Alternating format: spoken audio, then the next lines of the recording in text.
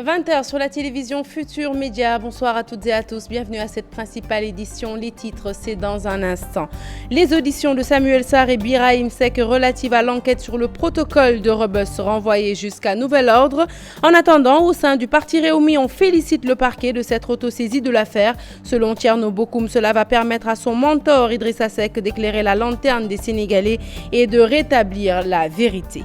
Conseil des ministres décentralisé à Pikine, au marché central. Poissons, les travailleurs font part de leurs attentes. Au même moment, dans le quartier de Pikine Irrégulier Sud, les habitants croisent les doigts. Ils espèrent qu'avec cette rencontre, ils pourront définitivement en finir avec les inondations. Le directeur de la GTIP affirme que plus de 50 000 personnes seront relogées. Les détails dans un court instant. Colère des accidentés du travail. Ils ont envahi ce matin les locaux de la Caisse de sécurité sociale. Ils réclament la revalorisation de leurs pensions. Des précisions avec nos reporters qui ont fait le déplacement au niveau de la Caisse de sécurité sociale. Le passeport africain bientôt disponible. Les chefs d'État, de gouvernement et les diplomates le recevront en priorité avant que le précieux sésame ne soit élargi aux citoyens de l'Union. Mais pour le professeur Diallo Diop, l'unité africaine passe nécessairement par une unité politique des États membres. Enfin, l'invité du 20h est M. Mbaye-Diack, ancien secrétaire adjoint à la présidence de la République. Il est interrogé par Antoine Diouf, une interview que vous pourrez suivre tout de suite après ce journal.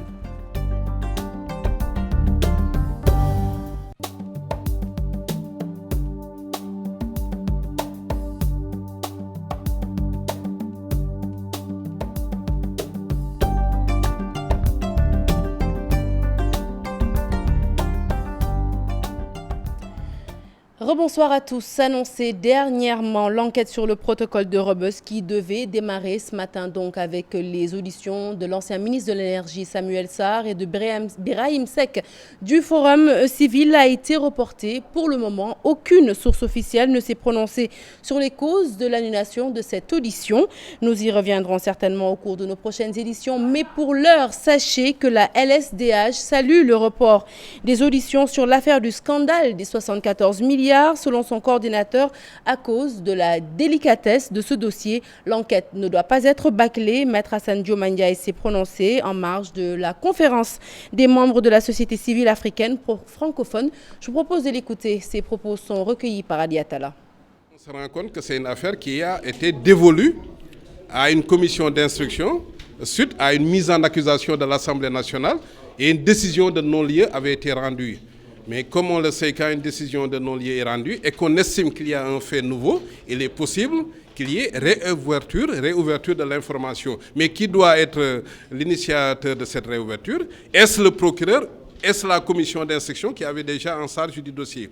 Aujourd'hui, même si nous devons nous féliciter de cette action du procureur, qui certainement sera pérenne, à savoir chaque fois qu'il y aura des scandales entre guillemets, qui sont agités, que le procureur s'autosaisisse. Mais encore faudrait-il que par rapport à cette affaire précise, et je pense qu'il est important qu'on y aille avec toute la sérénité requise et qu'on ne cède pas à la sirène populaire ou à la sirène de la pression.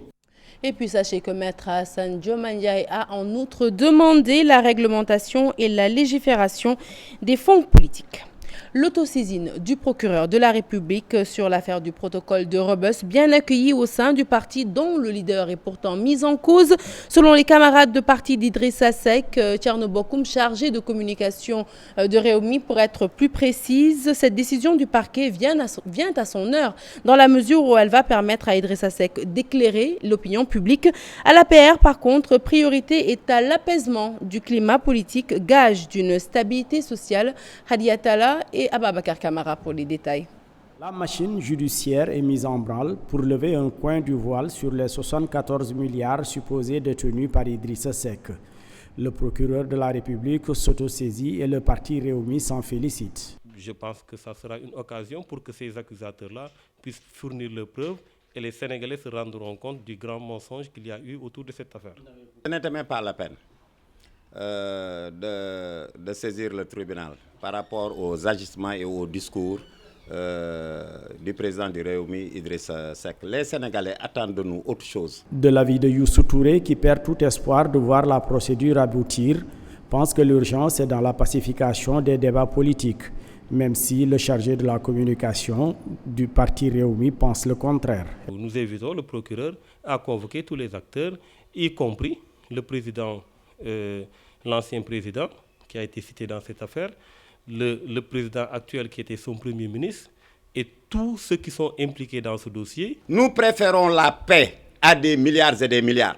Idrissa Seck, s'il en a, n'a qu'à garder ses milliards.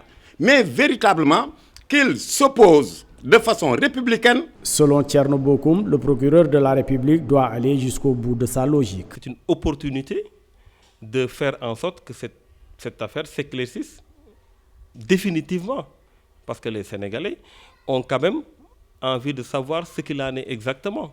Il ne faudrait pas que nos ambitions personnelles, individuelles, prennent le pas sur la stabilité de ce pays. Nous lançons un appel à toute la classe politique, opposition comme pouvoir, que nous puissions discuter sans en arriver à certains extrêmes.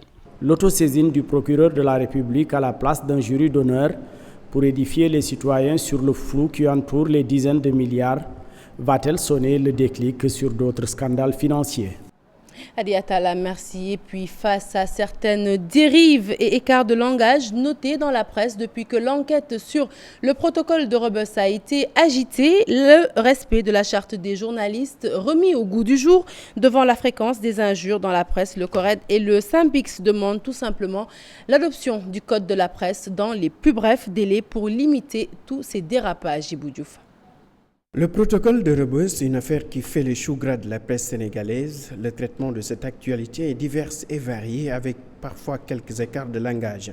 Ce qui remet au goût du jour la question de la responsabilité des journalistes vis-à-vis du public. Donc l'information ne tombe pas du ciel. Ce n'est pas aussi pour faire sensation, mais c'est pour donner, c'est une nouvelle, c'est pour donner une connaissance et l'information évolue. Que nous publions ce que nous montrons et ce que nous donnons à notre public doivent être au préalable vérifiés. Mais bon, malheureusement, ce qu'on voit, c'est qu'il y a une sorte de mercenariat et il y a des journalistes qui mènent un combat qui n'est pas le leur. Se référant à la charte des journalistes dans son préambule, la mission des professionnels des médias pose clairement les limites dans le traitement. La limite qu'il ne faut pas franchir, c'est de mener le combat qui n'est pas le sien. Parce que qu'est-ce qu'on voit, surtout les hommes politiques, manipulent la presse aujourd'hui. On a la prétention de servir ce public.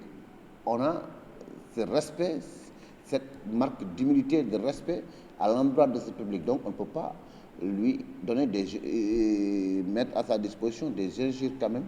Vous lisez la une de certains quotidiens de la place, des hebdomadaires, les sites internet, c'est un gros problème. Devant la complexité de la question, les organes de régulation demandent l'application du code de la presse pour changer la donne. Malheureusement, on s'arc-boute sur un petit point portant sur la dépénalisation, mais Dieu sait qu'il y a beaucoup d'aspects qui peuvent venir corriger les travers que nous voyons actuellement au niveau de notre presse. Nous invitons également les hommes politiques à savoir que la presse ne devrait pas être une caisse de résonance pour eux, pour qu'ils puissent se donner à cœur joie par rapport à des injures. Pour bien servir le public, les valeurs de l'information résident dans son meilleur traitement. Les journalistes l'analysent, la mettent en perspective pour satisfaire le droit à l'information. Et nous restons justement avec les journalistes car vous l'avez certainement remarqué, il est courant de voir ces derniers jours à la une de certains journaux des propos injurieux, une irresponsabilité notoire pour les journalistes qui pensent qu'une information collectée doit être triée avant d'être diffusée. Fatou Bintou Conté. Irresponsable, c'est ce que qualifie le rédacteur en chef du journal La Tribune, les unes de certains quotidiens de la place, qui parfois frisent l'insulte. On ne peut que les qualifier d'irresponsables. Je pense qu'en tant que journaliste, en tant que radio, télé ou bien journal écrit, on ne doit pas être une simple courroie de transmission pour faire passer n'importe quoi. Je pense qu'on vit dans une société, on a nos règles, on a nos codes, on doit respecter les gens, on doit respecter les lecteurs, les auditeurs, les téléspectateurs qui sont tout aussi intelligents que nous. Souvent les gens font des titres pour vendre le journal. Mais tout de suite, nous sommes dans un contexte sénégalais avec nos propres cultures, nos propres réalités qui font que des fois, il y a certains titres qui peuvent choquer. et provoquer l'indignation du public. D'où l'importance et la nécessité de trier avant de diffuser. On ne peut pas tout dire. Je pense que même dans la vie, on ne peut pas tout dire. Il faut des filtres, parce que les journalistes sont des gens doués de raison, doués d'intelligence, qui ne doivent pas faire passer n'importe quoi. Une information, quand on fait la connaître, la première chose qu'il faut faire, c'est de trier, de voir quelle est l'information qu'on doit porter à l'attention du public, faire le tri et voir quel est l'intérêt que cette information peut avoir pour les populations. Ça, c'est élémentaire. D'ailleurs, pour ces journalistes, il est du devoir de la presse de moraliser et d'assainir l'espace médiatique pour le respect du public. Les journalistes doivent participer un peu à moraliser le débat public. Le débat politique est maintenant très bas. L'espace politique est souvent mal occupé. Il n'y a que des invectives, des injures. Mais nous, en tant que journalistes, on a un rôle à jouer. Notre rôle, c'est de faire de telle sorte que de telles injures ne sortent pas. Des unes injurieuses, choquantes, parfois c'est ce à quoi on assiste la plupart du temps dans l'espace médiatique. Un débat s'impose pour permettre à la presse de retrouver sa véritable identité. Et puis autre fait qui a marqué les devants de l'actualité ces derniers jours, la tenue des conseils interministériels mais aussi des conseils des ministres décentralisés. Et puis sachez qu'à la date du 31 août 2015, 2872 milliards de francs CFA, c'était le montant des besoins des 13 régions déjà visitées. 1573 milliards ont déjà été injectés par l'État fin août 2015, soit 55% de taux de réalisation selon le Premier ministre Mohamed Boun Abdallah Dionne qui en a fait l'annonce. Ses propos sont recueillis par Mambiram Diouf et Modou Diop. Pour Saint-Louis, nous sommes à 73% de taux d'exécution. 57% pour Kaolack, 73% pour Ziguinchor, 34% pour Fatick, 46% pour Tambacounda, 141% pour Matam, 78% pour Louga, 72% pour Kolda, 59% pour Diourbel, 72% pour Thiès, 20% pour Kédougou, 12% pour Kaffrine et 20% pour Sédhiou. Ces taux sont aujourd'hui largement dépassés parce que je parle là des taux de août 2015. Et une nouvelle évaluation, l'évaluation annuelle, sera faite à fin août 2016, donc dans 1 mois et demi. Et pour être plus complet sur la question, sachez que l'investissement dans la région de Dakar en matière se chiffre plutôt à 823 milliards. Déclaration de Seydou Gueye, c'était au sortir du conseil interministériel tenu à Rufisque ce mardi et dont vous venez de voir d'ailleurs les premières images. Nous passons à présent au conseil des ministres décentralisé à Pikine. Le marché central aux poissons, l'un des poumons économiques de la banlieue, étale ses attentes. Alors celles-ci ont pour nom réfection du site, financement pour les marailleurs, mais aussi pour les vendeuses de poissons. Ousseynou Thiam, Biradiagne, nos correspondants dans la banlieue, reportage. Marché central aux poissons de Pikine, ici, les attentes sont multiples. Marché bi amul benn sécurité nak. Tilim na, salté na, Macky Sall li war moy mu défaral ñu sunu marché bi ndax ñun fi rek lañu am. 4h du matin lañuy jóg ñëw fii ci marché bi di rayante rek ndax ban bëgg lu yóbbul suñu njaboot yi kon buñ sañoon mu jox ñu financement rek ñu liggéey. parce que ñun yeneen saa dañuy bëgg a jënd sax jën mais dañu am problème xaalis yeneen saa dañuy ñëw yëkkati keesu jën borom jën yi boo ko fayu ku mu am prix ñëw fay affaire yi daal foofu la bu ñu financé ñu liggéey lu mu bëgg rek sa kaw sa kanam. waaw jafe-jafe mooy tëli yu toj yeeg ak chambre froide yu paan yeeg yooyu dégg nga ak defaraat marché bi yokk marché bi yooyu la ñuy waxtaan ak moom. La liste des préoccupations reste longue. Même le gestionnaire du site s'est invité au mur de lamentation. Le président de la République est suffisamment sensibilisé pour la prise en compte des préoccupations du marché central aux poissons en termes de réhabilitation de la voirie intérieure, en termes de réhabilitation du réseau électrique, en termes de réhabilitation du réseau d'assainissement. Et entre autres préoccupations, nous sommes vraiment très optimistes pour la prise en compte de tous ces problèmes, n'est-ce pas, pour y apporter des solutions appropriées. Ce poumon économique de Pikine s'essouffle. En plus des manquements notés, le marché central aux poissons de Pékin baigne dans une insalubrité indescriptible. En moyenne, plus de 10 000 individus fréquentent le site par jour. Pékin, nous y sommes, eh bien nous y restons en prélude au Conseil des ministres qui se tiendra donc demain, mercredi. Les sinistrés du quartier Pékin irrégulier sud font part de leur désolation et pour cause. C'est avec la peur au ventre qu'elles appréhendent chaque année le début de l'hivernage. Avec un peu de chance, eh bien elles ne connaîtront pas cette calamité cette année. Une assurance du directeur de la GTIP qui affirme que pas moins de 50 000 personnes seront tirées des eaux. Je vous propose d'écouter El Hadj Malick Gueye, il est directeur de la GTIP et ses propos sont recueillis par Salif Sow, Asmalik Diop. En ce qui concerne la région de Dakar, nous avons la chance d'être désignés par l'État du Sénégal et les bailleurs de fonds d'être l'agence d'exécution du projet de viabilisation de la zone de recasement de Keur Massar-Tivaouane Peulh. Un projet très important permettant de reloger les déplacés de l'autoroute à péage. C'est un domaine qui s'étend à peu près sur 100 hectares, 2000 parcelles sont viabilisées, restructuration plutôt de Pékin irrégulier sud. C'est un projet très intéressant parce qu'avant l'intervention de AGETIP dans la zone, pour les 5 communes d'arrondissement concernées, 30% des terres étaient inondables. À la fin du projet, moins de 7% des terres resteront dans une situation vraiment d'inondation. 50 000 personnes vivaient avant l'intervention de ce projet dans les eaux, pratiquement 10 mois sur 12. À la fin du projet, ces 50 000 personnes seront mises hors d'eau. Travaux du chef de l'État, M. Macky Sall, président de la République du Sénégal, confiés à la GTIP, s'élèvent à peu près 80 milliards. Et puis de son côté, l'administration dit avoir construit 8 bassins de rétention des eaux pluviales d'une capacité de 315 000 m3, 10 km de canalisation, 10 km de pavage. D'un coût de 20 milliards, le projet a permis d'épargner 100 000 personnes des inondations en banlieue. Et puis, vous vous en souvenez certainement, c'est la ville de Saint-Louis qui avait donc abrité le premier Conseil des ministres décentralisé.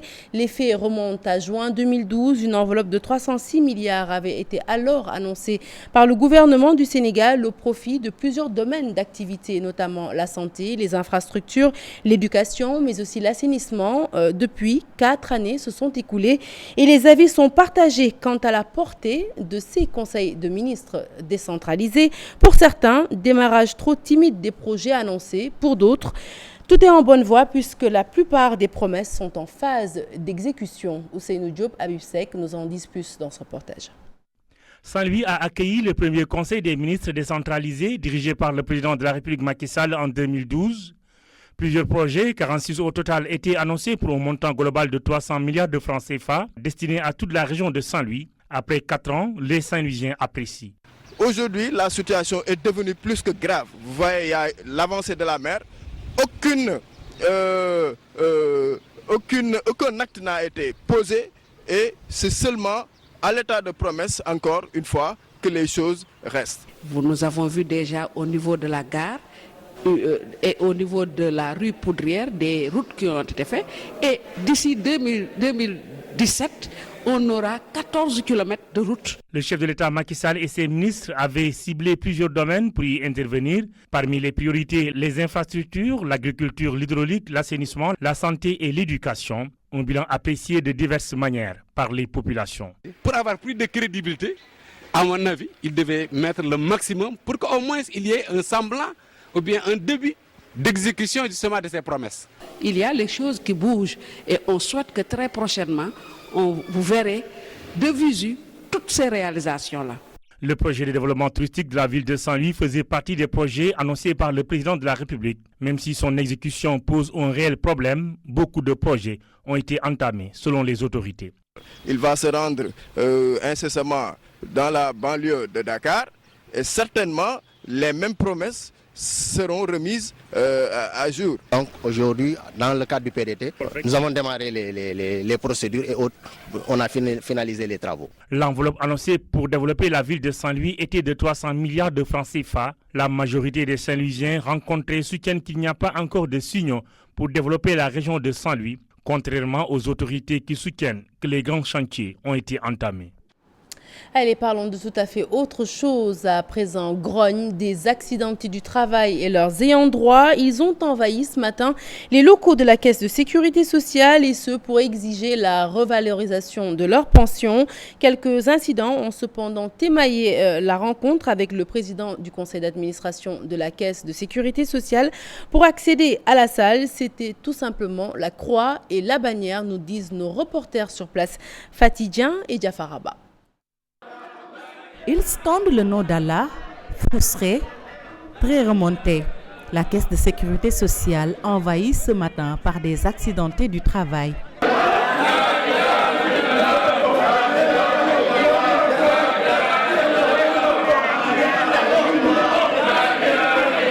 Un bras de fer, quelques coups de poing. Finalement, ils ont pu accéder à la salle, mais pas la presse.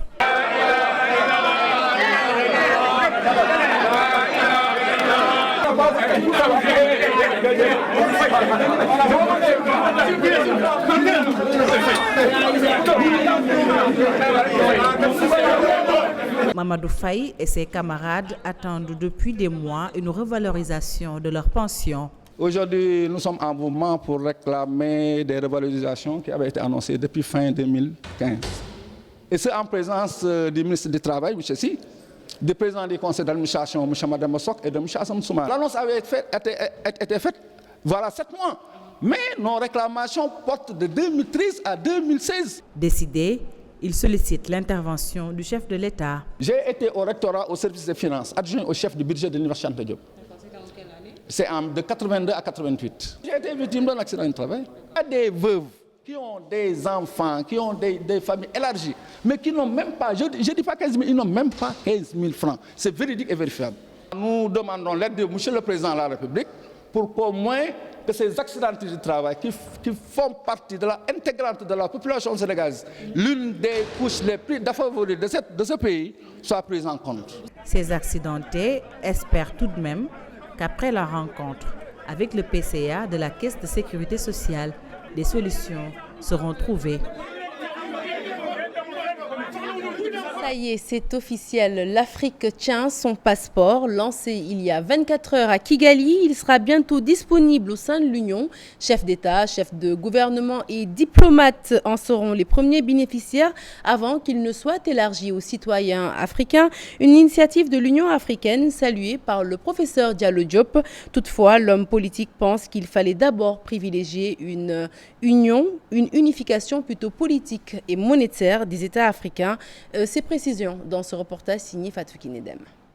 Instauration du passeport africain unique par l'Union africaine, une initiative saluée. Un passeport unique en Afrique, c'est une bonne idée. Ça va nous permettre, nous les Africains, de circuler dans tous les pays africains. Comme c'est l'Afrique, on est ensemble, on est unique. Moi, je trouve que c'est une bonne idée.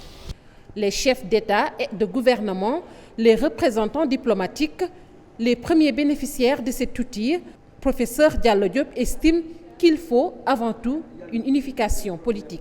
Et il est plus important de créer les conditions de cette unification politique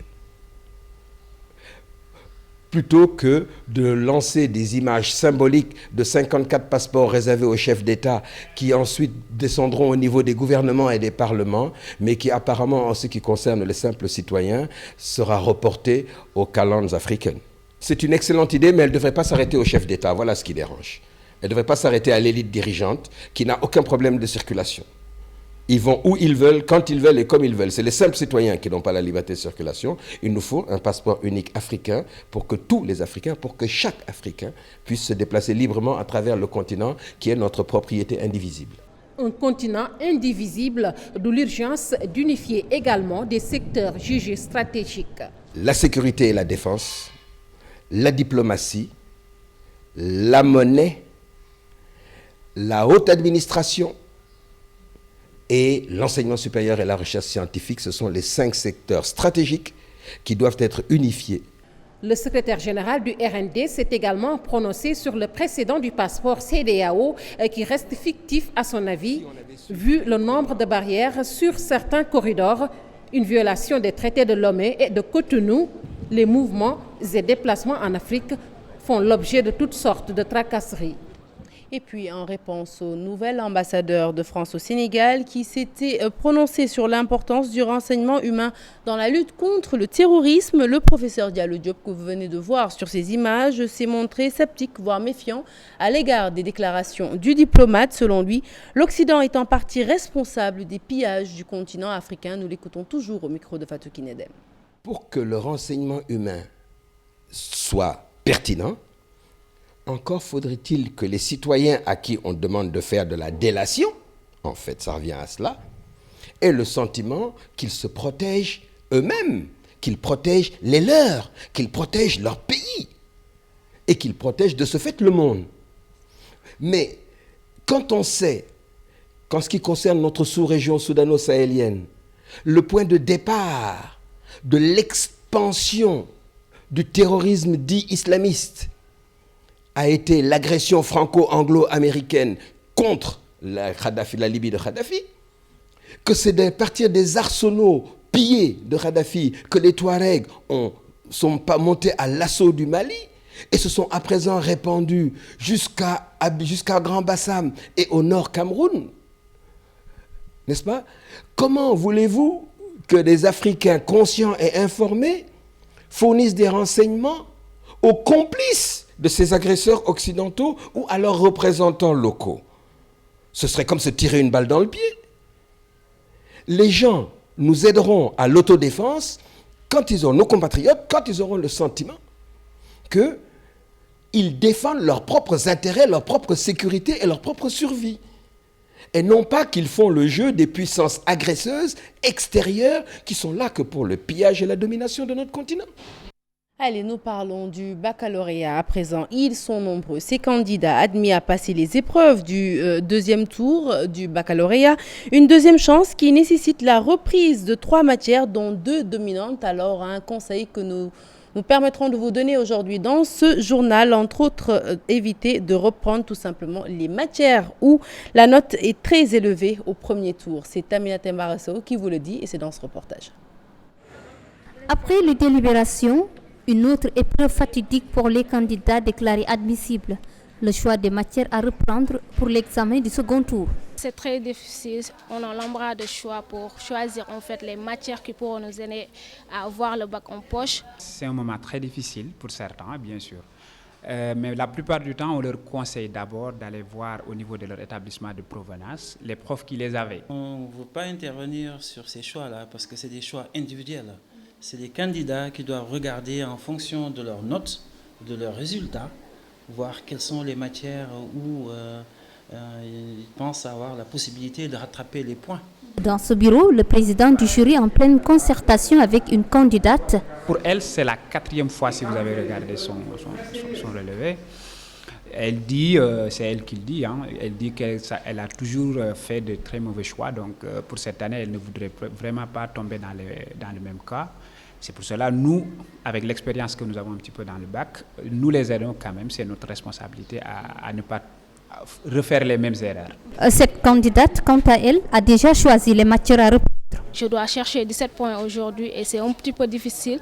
Pour l'instant, j'ai choisi 3 matières, puisque ce sont les 3 matières que j'ai chutées. Le français, j'ai eu 9 et l'anglais, et en mathématiques, j'ai eu 3. Mais attention, il arrive que des candidats fassent un mauvais choix, alors l'exercice nécessite une attention particulière et une concertation. J'ai des camarades qui m'ont aidé pour que je fasse des choix. J'ai fait 3 choix même, mathématiques, français, anglais. Mon prof de français m'a donné des conseils. Il m'a aussi conseillé de voir les années précédentes, les épreuves qu'on a données au second tour. Ce qu'on leur demande de manière formelle, c'est d'essayer de ne pas refaire les matières où ils ont une grande note, par exemple. Dans beaucoup de centres, le nombre de candidats admis au second tour est assez élevé. Un examen qui pourrait peut-être relever le taux de réussite, jugé encore faible au premier tour. Et nous restons avec ces examens, avec une session unique imposée par l'autorité. Les étudiants de l'UCAD mettent les bouchées doubles pour réussir aux examens de fin d'année. Avec des grèves répétitives, les programmes ne sont pas achevés, ce qui amplifie chez ces étudiants l'inquiétude. Toutefois, les révisions en groupe font renaître l'espoir de relever le défi. Pape Faraning et Maudou Diop. De petits groupes formés, certains font des vas et des viens. Les étudiants de l'université Cheikh Anta Diop en pleine révision pour les examens de fin d'année. On est en train de préparer les exposés pour les TD. On fait procédure collective. Comme ça, comme vous le voyez, en groupe, on fait des groupes de travail, on a des groupes d'exposés, on prépare nos TD en groupe, on révise d'abord individuellement, chacun de son côté, après on traite nos exercices ensemble. Mais la session unique inquiète fortement ces étudiants. C'est un couteau à double tranchant. Ça nous pousse à faire beaucoup de recherches, à apprendre beaucoup.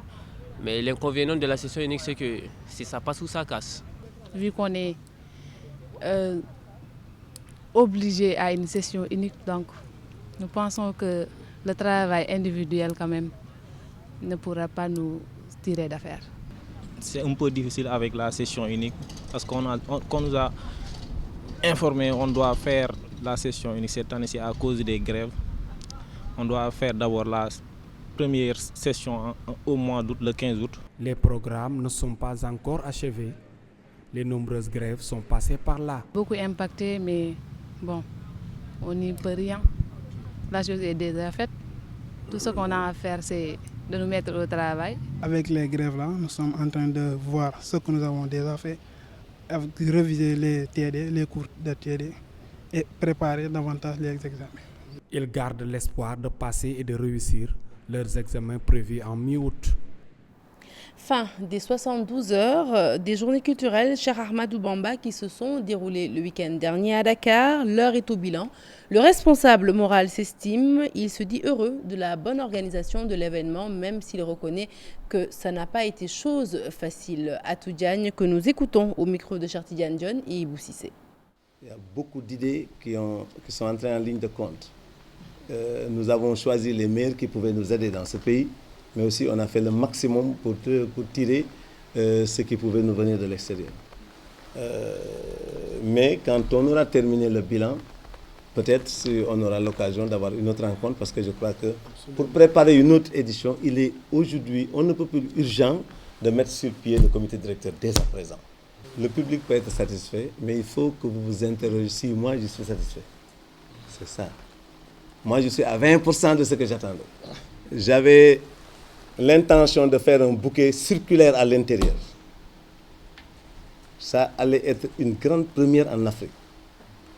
J'allais faire aussi un bouquet circulaire à l'extérieur, un bouquet d'artifice, comme Real Madrid, comme FC Barcelone. Donc, mais ça, c'est la première interne me coûte 110 000 €. Je ne suis pas une association, je suis un daïra, je n'ai même pas de statut. L'actualité internationale, à présent, elle nous mène aux États-Unis, en Côte d'Ivoire et au Mali, où une dizaine de soldats a trouvé la mort dans une attaque perpétrée par une milice. C'est au centre du pays. Le récit de ces événements avec Daniel Diouf. Il s'agit de 12 soldats morts dans l'attaque du camp militaire de Nampala, dans le centre du Mali, assiégé ce mardi aux premières heures par des hommes puissamment armés. Ce bilan préliminaire communiqué ce mardi par l'adjoint au maire de la ville qui affirme qu'au moins 27 assaillants ont été blessés au cours des combats. L'Alliance pour la protection de l'identité Peul et la restauration de la justice a revendiqué l'attentat. Les assaillants étaient à bord de véhicules très équipés. Au même moment, on apprend que Al-Qaïda au Maghreb islamique perd un de ses commandants. L'organisation djihadiste a annoncé dans un communiqué la mort d'Aboubacar Chingiti, dans le nord du Mali. L'homme d'origine tunisienne aurait été tué lors d'un raid contre une caserne de l'armée malienne près de la frontière avec le Burkina Faso.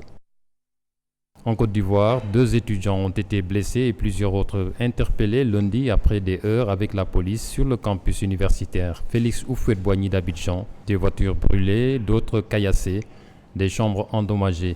Les bâtiments de l'administration n'ont pas été épargnés. Le principal syndicat des étudiants proteste depuis bien longtemps contre les mauvaises conditions d'études et de la présence de la police sur le campus.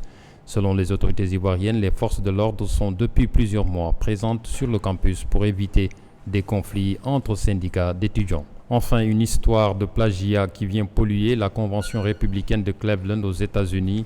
Le discours de l'épouse de Donald Trump, Melania, présenterait d'étranges similitudes avec les mots prononcés par l'épouse du président américain, Michelle Obama, lors de la convention démocrate de 2008. La polémique enfle déjà, Melania Trump accusée d'avoir plagié des passages d'un discours de Michelle Obama prononcé en 2008.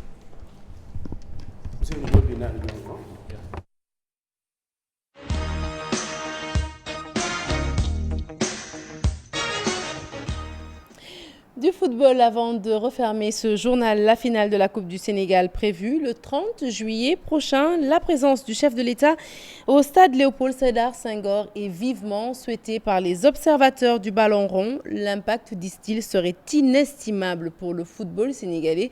Chartidiane Diawo, Younous Diatta nous en disent plus.